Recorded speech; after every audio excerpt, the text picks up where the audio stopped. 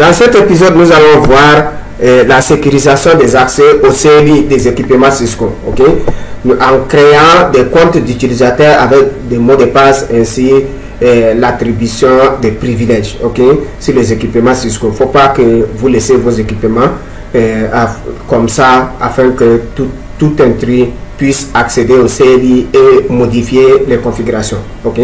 Donc comment ça se fait? Nous allons prendre un routeur et configurer les différents comptes avec leur mot de passe ainsi des privilèges, ok. Donc voilà l'exemple. Nous allons prendre un routeur.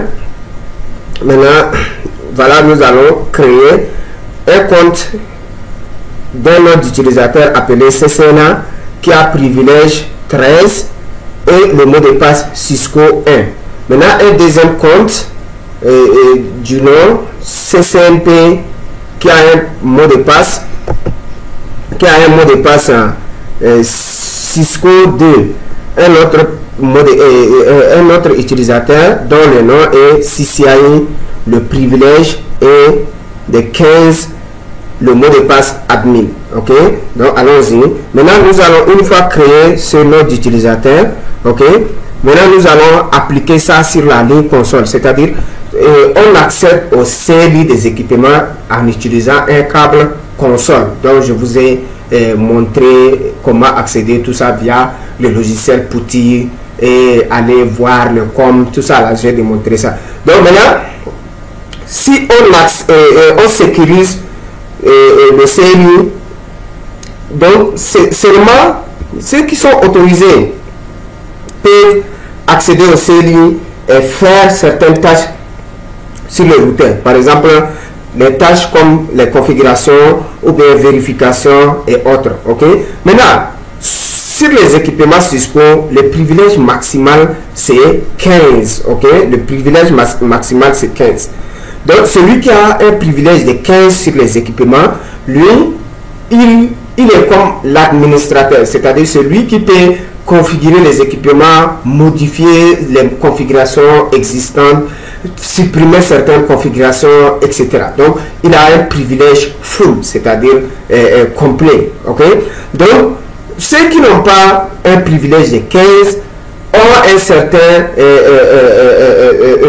certain niveau qui les permettent de faire certaines tâches, ok.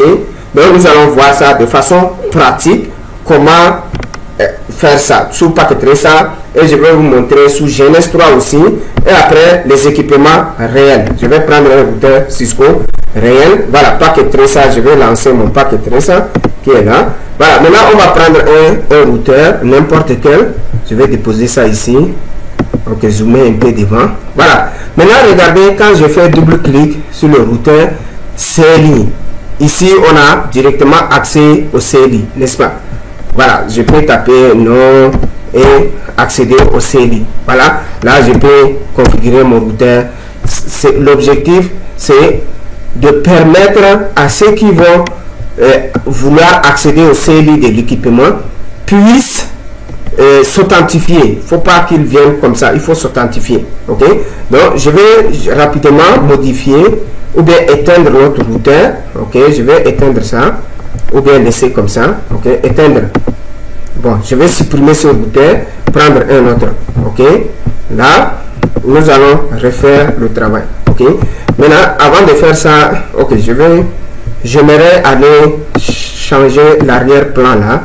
Je vais mettre le fond. Maintenant le iOS, j'aimerais que ça soit ici background, ça, je verrai que ça soit black. Maintenant les écritures, je veux que ça soit en noir, non, white. Ok, donc je vais laisser ça comme ça. L'objectif c'est pas ça qui est important, ok. Donc je vais fermer. Maintenant je vais prendre mon routeur n'importe quel, je mets ici, ok. Maintenant je vais configurer les privilèges, ok. Je vais ouvrir ça comme ça. Une fois ouvert, et je vais agrandir un peu, agrandir comme ça. celui-là, je vais amener comme ça. Voilà, notre routeur est là. Donc, je vais accéder au CLI. OK? Donc, je vais accéder au CLI. Voilà, je vais taper maintenant. Entrée. Agrandir ça. Donc, je vais mettre nom. OK? Comme c'est la première fois entrée. On va créer des utilisateurs. OK? On va créer des utilisateurs dont les noms seront les suivants. OK? Voilà, le premier, d'après les supports, on doit créer 3 utilisateurs. Le premier, c'est CCNA qui a un privilège de 13 et le mot de passe Cisco 1. Le deuxième, CCNP sans le nom d'utilisateur, c'est CCNP. Nous n'avons pas spécifié privilège. Quand on ne spécifie pas le mot-clé privilège, par défaut, Cisco donne 15 à cet utilisateur qui a le nom CCNP. OK? Donc, ici, on a spécifié privilège 15. Là, il va agir comme un administrateur. OK? Voilà. Lui aussi, celui dont on n'a pas mentionné le mot-clé privilège, il aura un privilège de 15 par défaut. Le routeur va lui donner un privilège de 15 et là, il aura la capacité de faire la même chose que celui qui a le 15 ici. OK?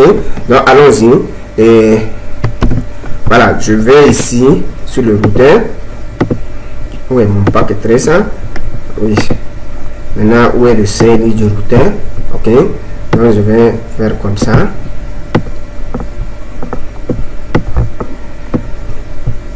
Mettre ça comme ça. OK. Maintenant, il faut descendre. Je vais cliquer dedans.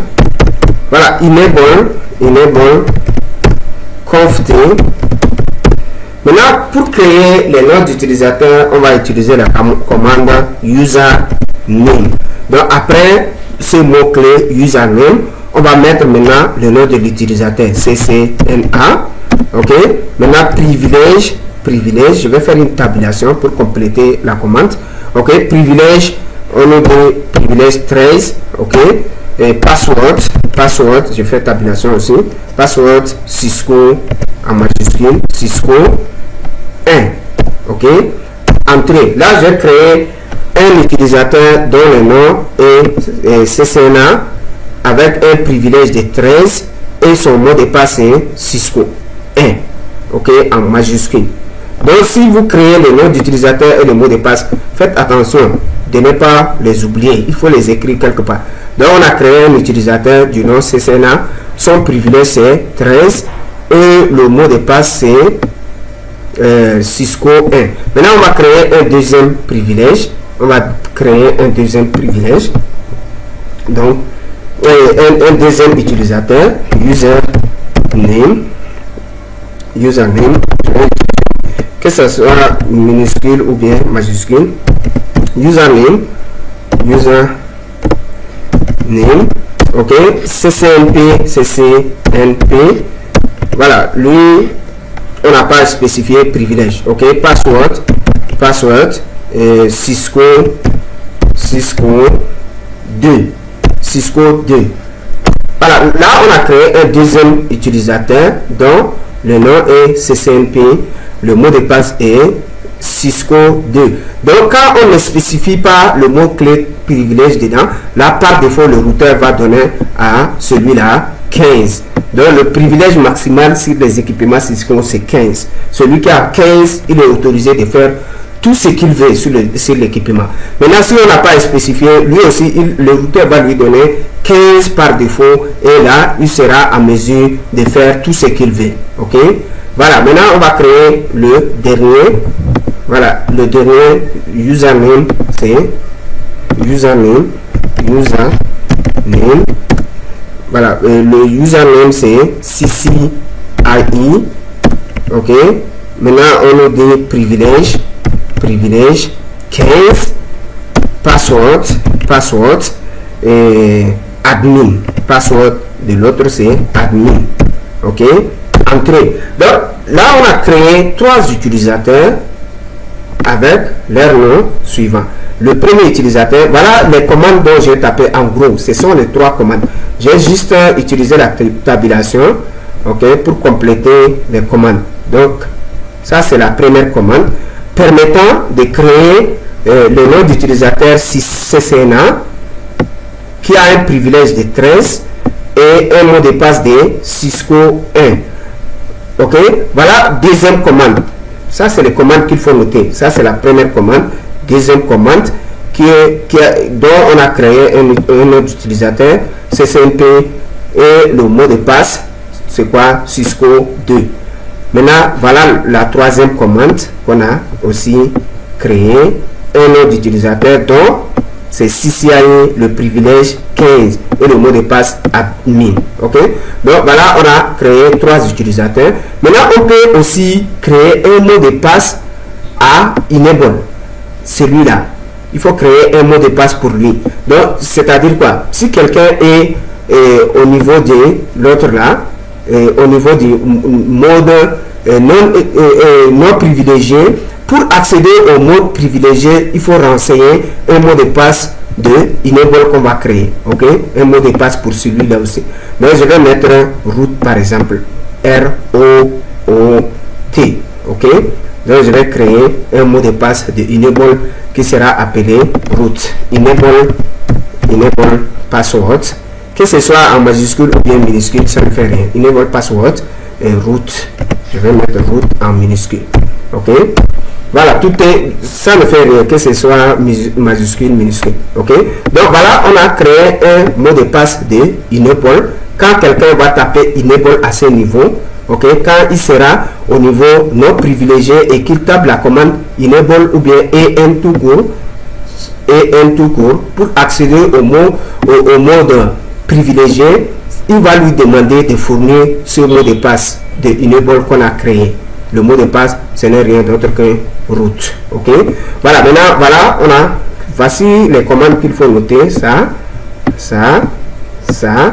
et ça. Donc 4 commandes qu'il faut noter. Voilà, maintenant on va procéder à un test. Ok, maintenant une fois fini les configurations, je vais faire end et sauvegarder pour que le routeur prenne en considération. Donc je sauvegarde comme ça. Maintenant regardez, si je fais exit pour sortir d'ici. Ok, un pas en arrière.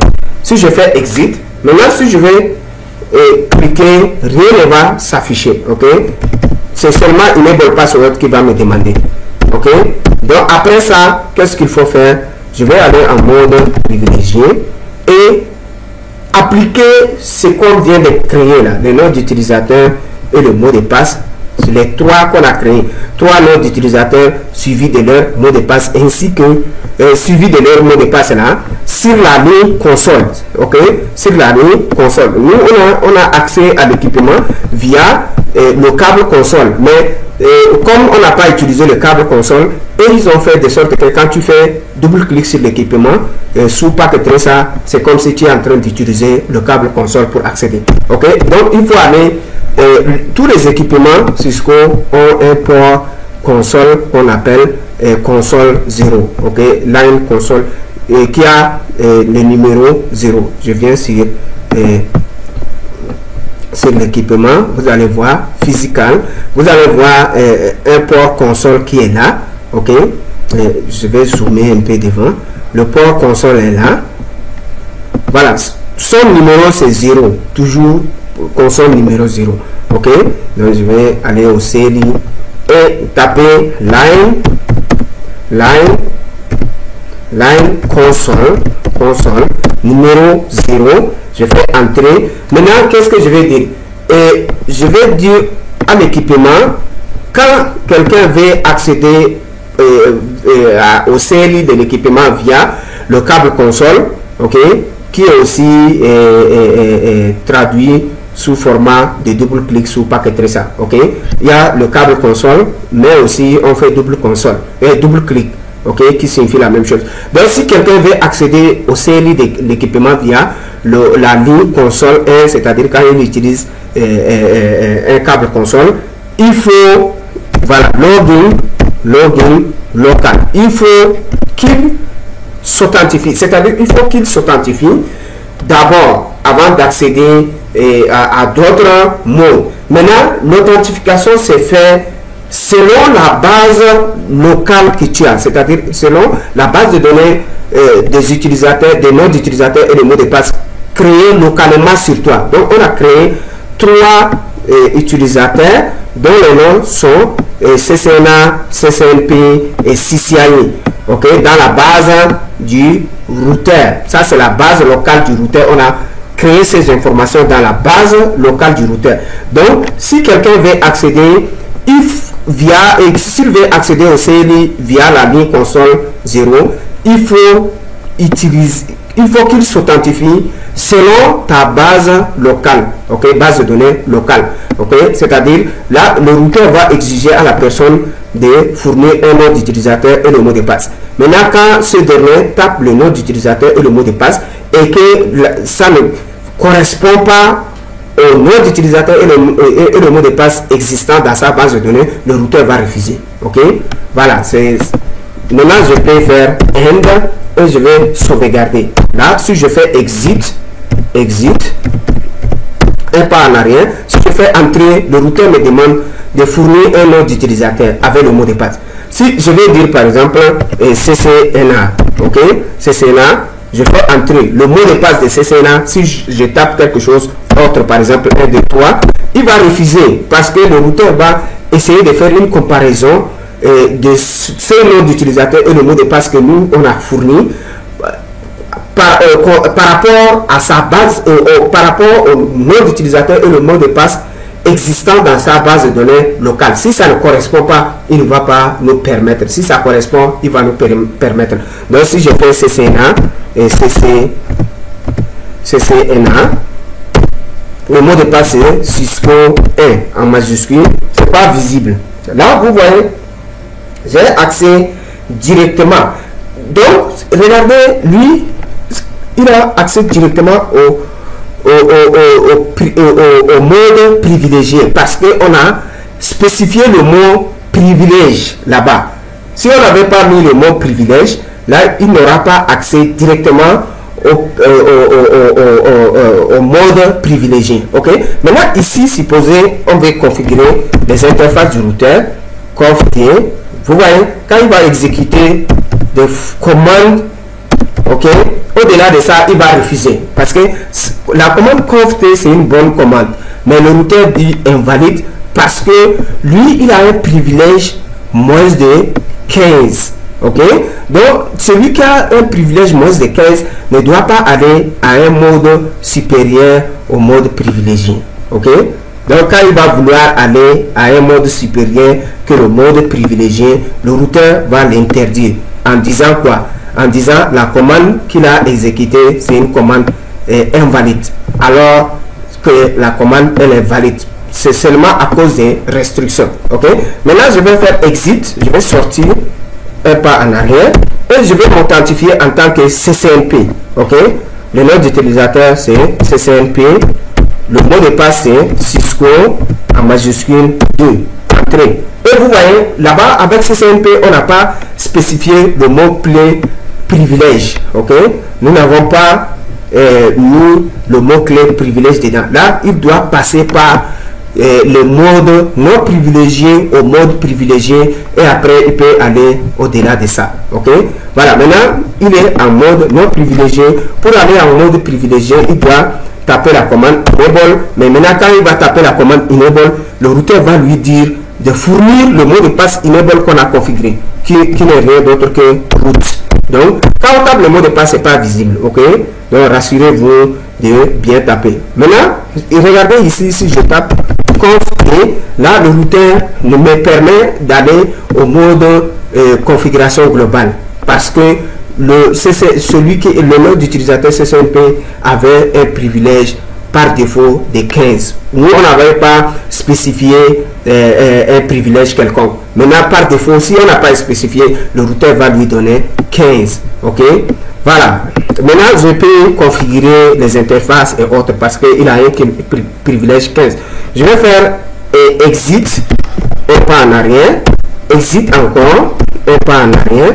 Maintenant, je vais m'authentifier en tant que CCIE. Si je fais entrer, donc le routeur va me demander de s'authentifier. Je vais dire le nom d'utilisateur, username, c'est CCIE.